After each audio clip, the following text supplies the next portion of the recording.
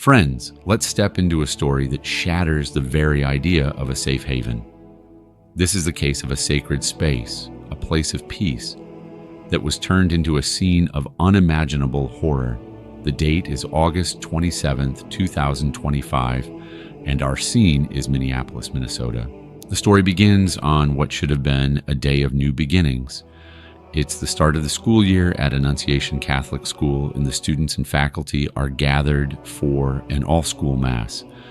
The church, a place of light and prayer, is filled with the innocent chatter of children and the quiet reverence of their teachers and parents.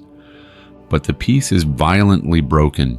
Just before 8:30 a.m., an attacker dressed in all black approaches the side of the church and begins to fire a rifle, sending more than 100 rounds screaming through the beautiful stained glass windows. Inside, the holy service is replaced by chaos. Children and adults caught in the crossfire duck for cover behind pews.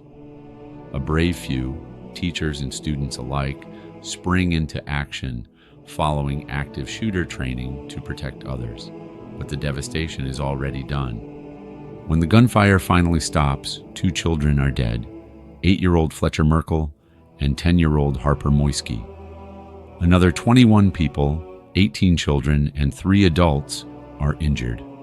The shooter, identified as 23-year-old Robin Westman, is found dead from a self-inflicted gunshot wound in the church's parking lot. The mystery of the why begins to unfold. Investigators quickly discover a chilling connection. Robin Westman was a former student of the very school that was attacked. A closer look at the suspect's background reveals a disturbing history.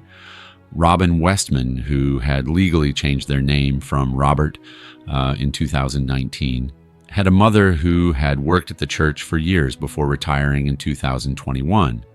Yet, despite this family connection, Robin Westman had a documented history of animosity toward the school and the Catholic faith, with a former classmate recalling how they would hide in the bathroom to avoid going to Mass. The investigation takes a terrifying turn as authorities uncover a vast and detailed digital trail left by the shooter.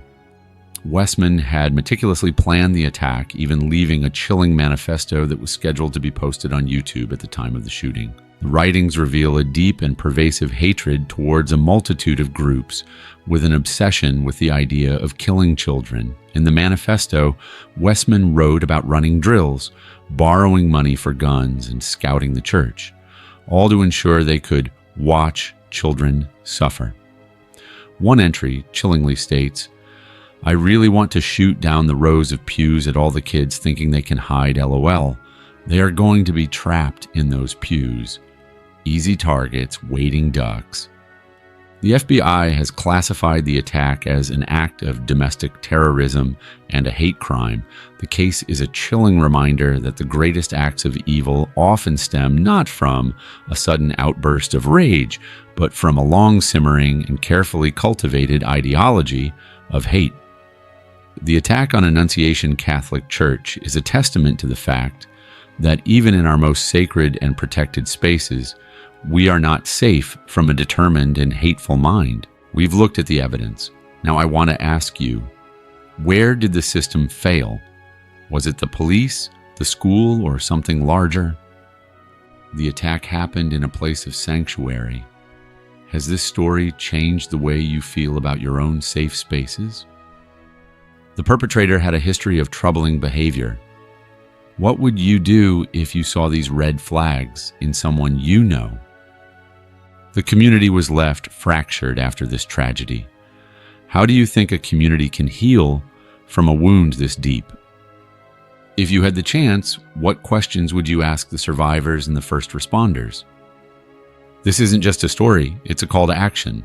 What are the warning signs you'll be looking out for in your own community going forward? We've just seen how a place of sanctuary can be violated, but what about a place that prides itself on being a temporary utopia, where community and art are the only rules? Our next story takes us to the vast, empty canvas of the Nevada desert, to a place called Burning Man, and to a night where the communal spirit was shattered by an act of unthinkable violence. Friends, True crime often reminds us that darkness can lurk anywhere, even in the most unexpected of places. But what happens when that darkness invades a world built on light, art, and radical self-expression? Our scene is the Black Rock Desert in Nevada, a vast, flat playa where, for 1 week a year, an entire city rises from dust. This is Burning Man, a place unlike any other.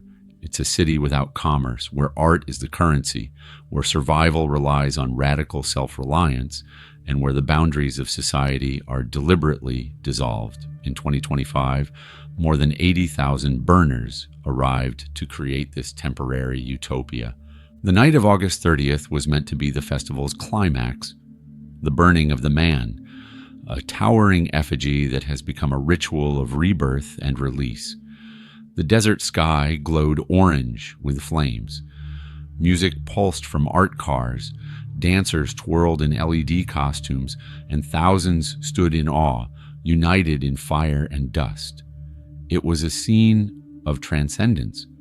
But just outside the glow of that massive fire, reality snapped through the illusion. A participant, wandering near the edge of the gathering, stumbled upon something that didn't belong in this dreamlike city. A man lying in a pool of blood. The victim was soon identified as 37-year-old Vadim Kruglov, a Russian-born man who had been living in Washington state. To those who knew him, Vadim wasn't just another burner. He was considered a kind soul, an artist at heart, and a man who had devoted himself to the Burning Man ethos of community and creativity.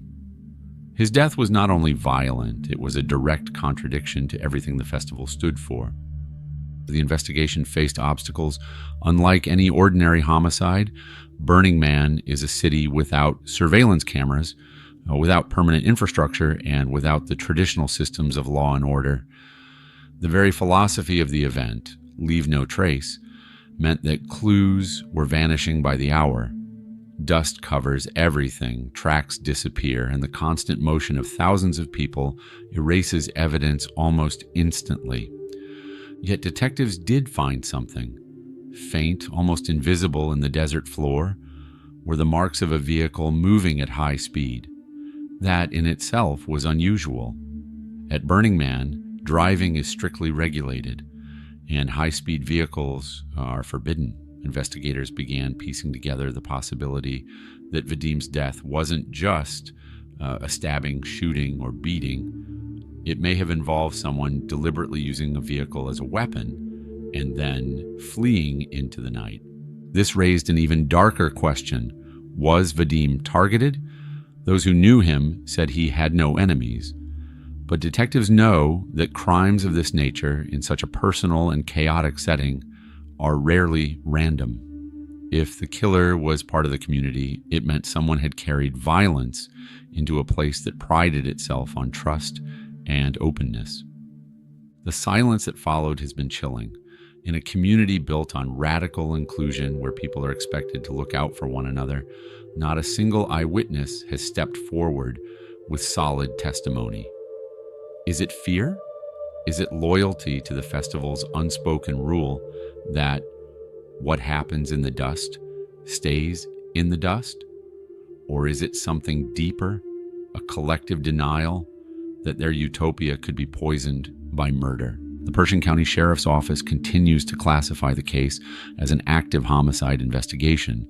They've pleaded for anyone with even the smallest detail, an overheard argument, a suspicious vehicle, a fragment of conversation to come forward. So far, the response has been silence, and so the murder of Vadim Kruglov lingers like a shadow over the desert.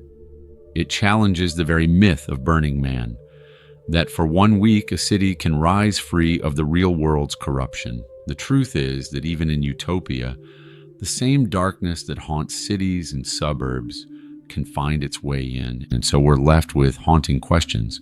Why has no one come forward with information?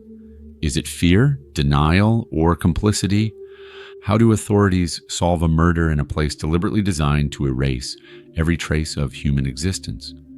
Does this single act of violence unravel the philosophy of Burning Man? Or will the community absorb it and pretend it never happened?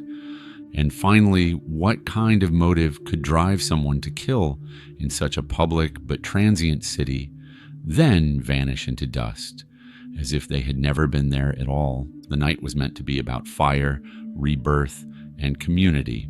Instead, it became a reminder that no matter how far you travel, no matter what world you try to build, darkness follows. We've just seen how a radical, temporary utopia can be stained by blood. But what about the places we consider the safest and most familiar?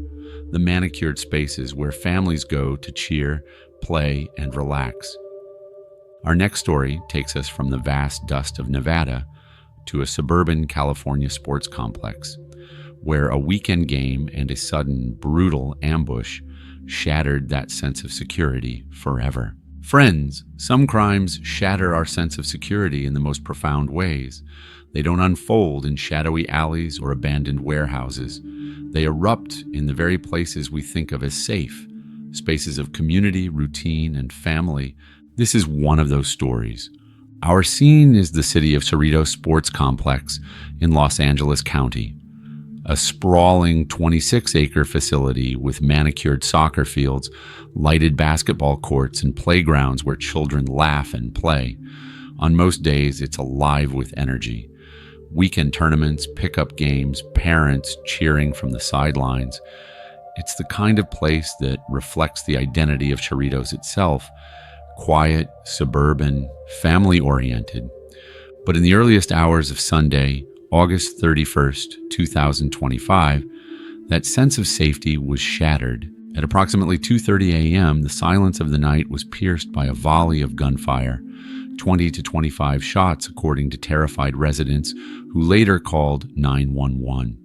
Deputies from the Los Angeles County Sheriff's Department raced to the complex. When they arrived, they found a horrifying scene. 2 men sprawled on the ground, bleeding heavily from multiple gunshot wounds. Both victims were rushed to nearby hospitals, but neither survived. They were later pronounced dead. Authorities have not yet released their names, an unusual move that suggests the investigation is highly sensitive. Why were these men at the complex at such an hour? Was it a meeting gone wrong? A deal, perhaps? Or had they been lured there, unknowingly walking into an ambush? The number of shots fired suggests something chilling. This was no random attack. Whoever pulled the trigger wanted to make absolutely certain these 2 men would not walk away. It was an execution-style assault carried out with ruthless efficiency. And then, silence. Despite the thunder of gunfire, no witnesses have stepped forward. No suspects were seen fleeing the scene. No car was reported speeding away.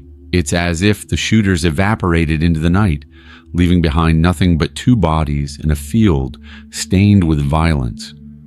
This silence raises haunting questions. Were potential witnesses too afraid to speak? Could the victims have been connected to individuals powerful or dangerous enough to keep the community quiet? Law enforcement officials admit that the lack of cooperation has stalled their efforts. For the city of Cerritos, the impact is devastating. This is not a city used to violent crime. Cerritos consistently ranks among the safest communities in Los Angeles County, a place where families invest in homes and futures with the expectation of peace. The sports complex, once a symbol of wholesome community life, now carries the shadow of a double homicide. Parents now ask themselves, can I bring my children here? Will we ever look at this space the same way again? The lack of answers only deepens the wound. Was this a gang-related execution, a drug deal, a personal vendetta, or something more sinister? Without names, without suspects, without motive, residents are left to speculate, and fear thrives in that vacuum. And so we're left with unsettling questions. On the crime itself, why this location? Why a public sports complex in the dead of night? Does the chosen setting hint at a planned meeting, or was it symbolic, a message meant to resonate in a public space? What does the sheer brutality of firing 24 rounds say about the killer's mindset? On the silence, How can 25 gunshots ring out in a city and no one see or say anything? Is this silence born of shock or fear of retaliation? And if you lived nearby, would you risk coming forward? On the community, how does a family-friendly suburb reconcile itself with an execution-style crime in one of its most public spaces? Can a community ever reclaim a place once marked by such bloodshed, or does the shadow linger permanently? This case remains open, unsolved, and deeply unsettling. 2 men dead, no suspects, no motive, no answers, just questions echoing through a community that suddenly feels far less safe than it once did. We've just examined a crime that feels cold and calculated, yet veiled in secrecy. But what about when violence strikes not in secrecy, but in plain sight? So senseless, so cruel that it defies comprehension. What about when the target isn't a rival or an unknown man in the dark, but a child, an innocent child whose only mistake was being in the wrong place at the wrong time? Our next story takes us back into Los Angeles County. Just a few miles away at an ordinary gas station, a mother worked her shift while her son waited nearby. A place of routine became the site of a sudden ambush, and a family's world was shattered forever. Friends, some crimes hit us in a way that is profoundly different. They are not about revenge or greed. They are not about money, power, or even rage in the heat of the moment. They are about something colder, something that feels alien to our understanding of humanity. Evil so incomprehensible, it targets the most innocent among us. This is the story of a child whose life was stolen in the most brutal and senseless way imaginable. The setting is Pico Rivera, California, on the evening of August 23rd, 2025. A working-class community, alive with the rhythms of everyday life. Cars filling their tanks, neighbors chatting, families picking up snacks on the way home. At the heart of it all, a gas station, no different from hundreds like it across Los Angeles County. Behind the counter that night was a mother, working her shift to provide for her family, and sitting just outside, waiting as he had done countless times before, was her 13-year-old son, Scythe Israel Toledo Mendez. Scythe wasn't extraordinary in the way headlines often try to paint victims. He wasn't a prodigy or a celebrity in the making. He was something more important. He was a child, a middle schooler who loved soccer, video games, and making his little cousins laugh. He was kind, he was loved, and he had his whole future ahead of him. But at 10 p.m., as the hum of daily life continued, a shadow moved closer. A man approached Scythe. There were no words, no demand for money, no attempt at intimidation. Without warning, the man pulled a gun and opened fire. Bullets tore through Scythe's small body. Witnesses say even after he fell, the shooter kept firing. Deliberate, unrelenting. The attack lasted seconds, but it destroyed a lifetime. His mother, hearing the shots, ran outside, what she saw no parent should ever see. Her son on the ground, motionless.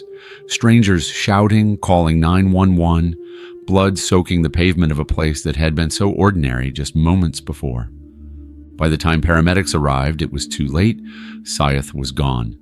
The community erupted in shock and grief. How could a 13-year-old boy, doing nothing more than waiting for his mother, become the target of such violence? The Los Angeles County Sheriff's Department launched an all-out manhunt. Surveillance footage showed the suspect fleeing. Leads poured in. And soon, detectives arrested 20-year-old Andres Adan Chavez. And then came the detail that chilled everyone who heard it. Chavez was a complete stranger. He had no history with Scythe or his family. No fight, no robbery, no gang ties, nothing. Authorities dug deeper, and the truth became even darker. Chavez had been lying in wait. California prosecutors charged him with murder with the special circumstance of lying in wait, a charge reserved for the most cold-blooded killings, where the attacker hides intent, waiting for the perfect moment to ambush. Under state law, it's one of the few charges that can carry life without parole or even the death penalty. This wasn't random gunfire. It was a calculated ambush, a predator targeting a child for reasons we may never fully understand. In Pico Rivera, the grief was unbearable. A vigil was held at the gas station where hundreds gathered with candles. Children held signs with Saith's name. Soccer teammates wore his jersey number in tribute. Teachers from his middle school spoke about his smile, his quiet kindness, and his mother, surrounded by family, wept as strangers pressed flowers into her hands. The gas station became a shrine, candles flickering against the night, stuffed animals stacked against the wall, notes written in shaky handwriting. Rest in peace, Saith. You deserved so much more. Justice for our angel. But for his family, no justice will ever be enough. Their boy is gone. His bed will remain empty. His laughter silenced. And for the rest of us, this case forces questions we don't want to face. How do we protect our children when evil comes not from someone known, but from a stranger with no motive? How do we spot a predator when the signs are hidden, when the intent is buried until the moment it's unleashed? And how does a community begin to heal when the loss is so senseless, so arbitrary, that there's no explanation to hold on to? Saith's story is not just about one child, it's about all children. It's about the terrifying fragility of innocence in a world where violence can strike without reason. The wheels of justice will turn for Chavez. Trials, hearings, motions, perhaps years in court. But for Saith's family, justice will never replace what was stolen from them on that August night. And so the story lingers as both tragedy and warning. We have just witnessed an act of violence that targeted one child, a boy sitting outside, waiting for his mother. No provocation, no reason, just the presence of pure, cold-blooded evil. But what about the lives that exist in the shadows, lives that society often ignores until tragedy pulls them into the light? What about the vulnerable who slip through the cracks of our attention every day? Our next story takes us from the bustling suburbs of Los Angeles County to a secluded waterway in Long Beach, a place hidden from view where 2 lives were claimed in silence, a crime that leaves behind both mystery and a sobering truth about those most at risk among us. Friends, as we've seen, crime can strike in our most familiar places. But sometimes it happens in the spaces we don't look at, the overlooked corners of our world, places we pass by every day without a second thought. This story is a chilling reminder of those lives lived on the fringes and how their tragedies can vanish almost unnoticed. The setting is Long Beach, California. The date, August 6th, 2025. The place, Compton Creek, near the I-710 freeway. For most drivers speeding along the interstate, this strip of land is just a blur. But for many without homes, it's a place of shelter, a patch of dirt and brush where tents and makeshift shelters cluster together, hidden in plain sight. That evening, the Long Beach Fire Department was dispatched after reports of injured persons near an encampment. When firefighters arrived, they found not an accident, but a crime scene. 2 men lay dead on the ground, both fatally shot. Their bodies bore the unmistakable marks of violence. Paramedics confirmed what was already clear: there would be no life-saving here. The men were pronounced dead at the scene. The Long Beach Police Department quickly secured the area. Officers taped off the encampment, searching for clues in the dirt and debris. But this was no ordinary crime scene. There were no cameras, no streetlights, no passers-by who might have seen something. The suspects, whether one or many, were already gone, swallowed by the night. The victims were believed to be unhoused, part of the transient population living along Compton Creek.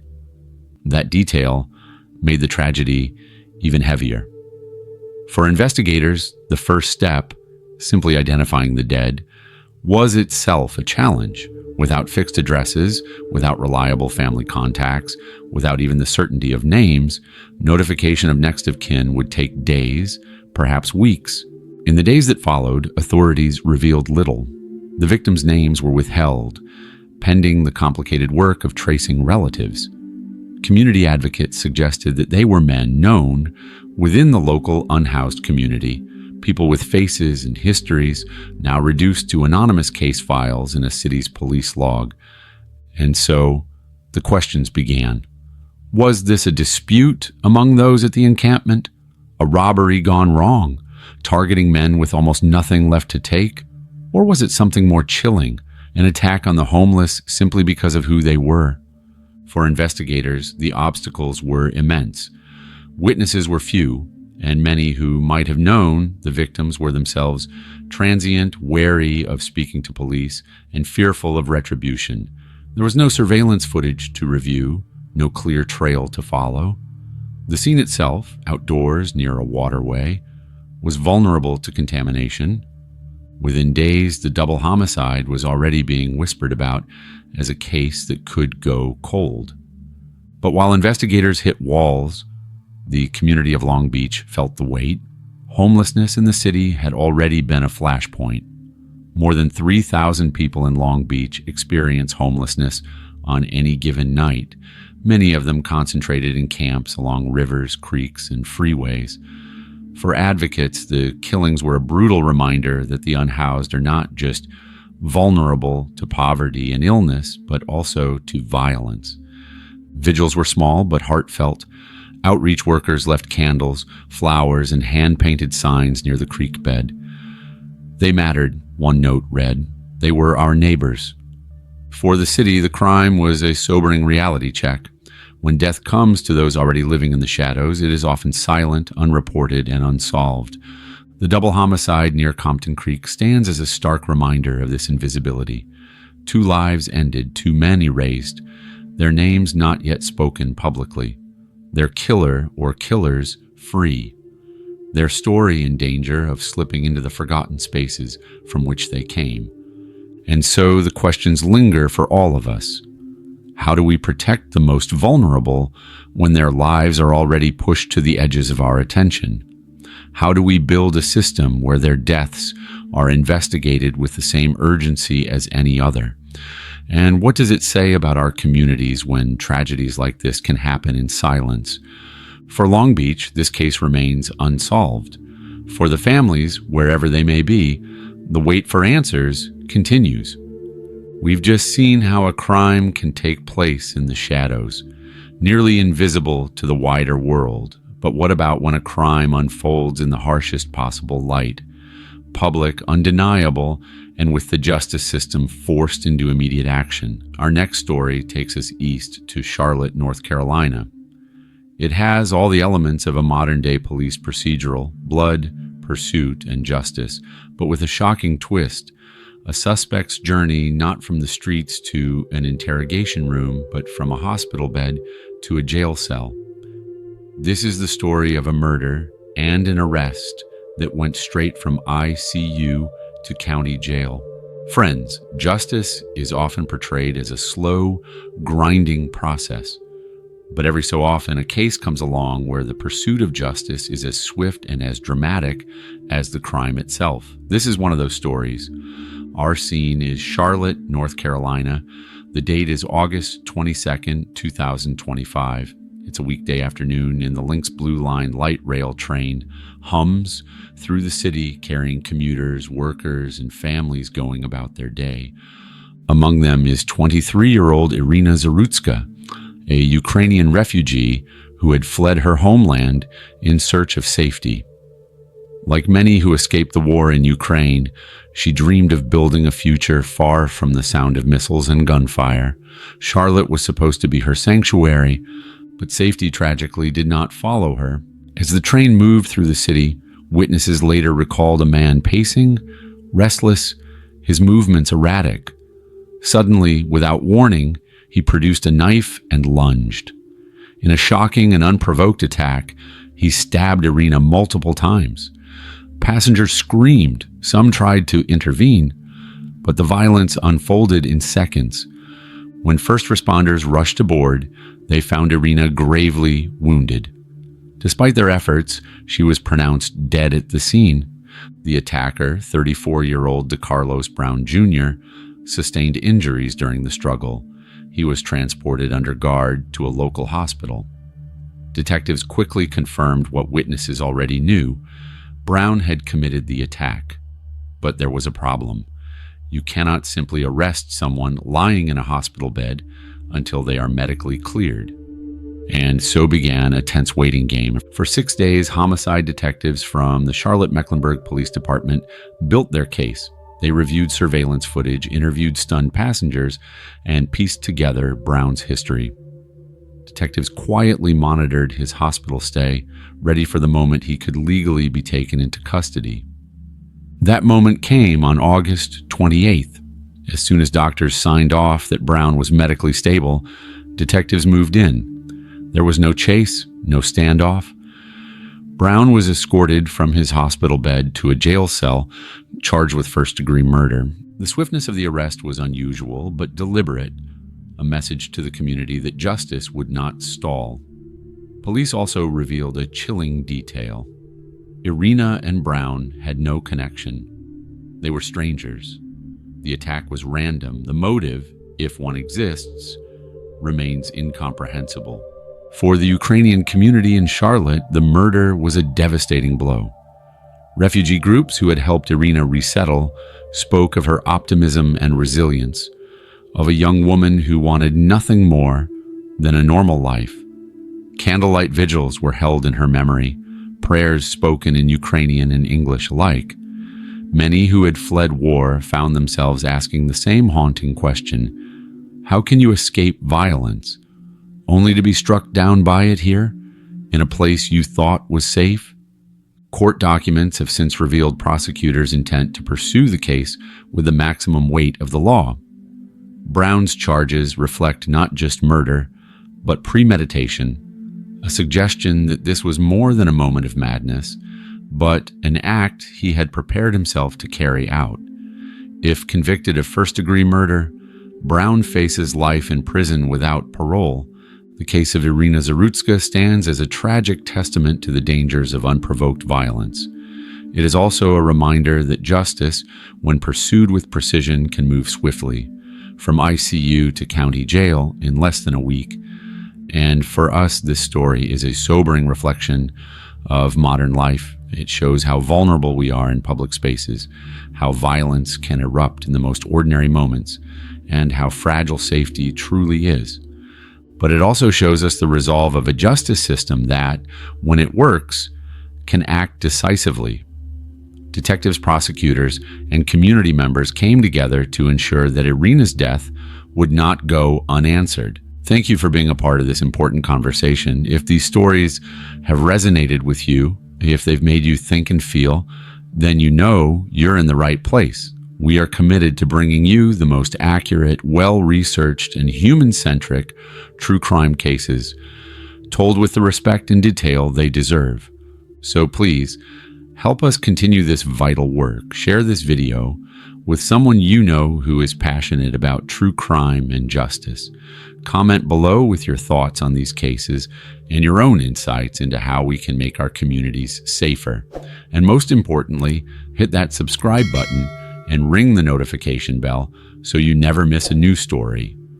Together, we can honor the victims by keeping their stories alive and ensuring that these lessons are never forgotten.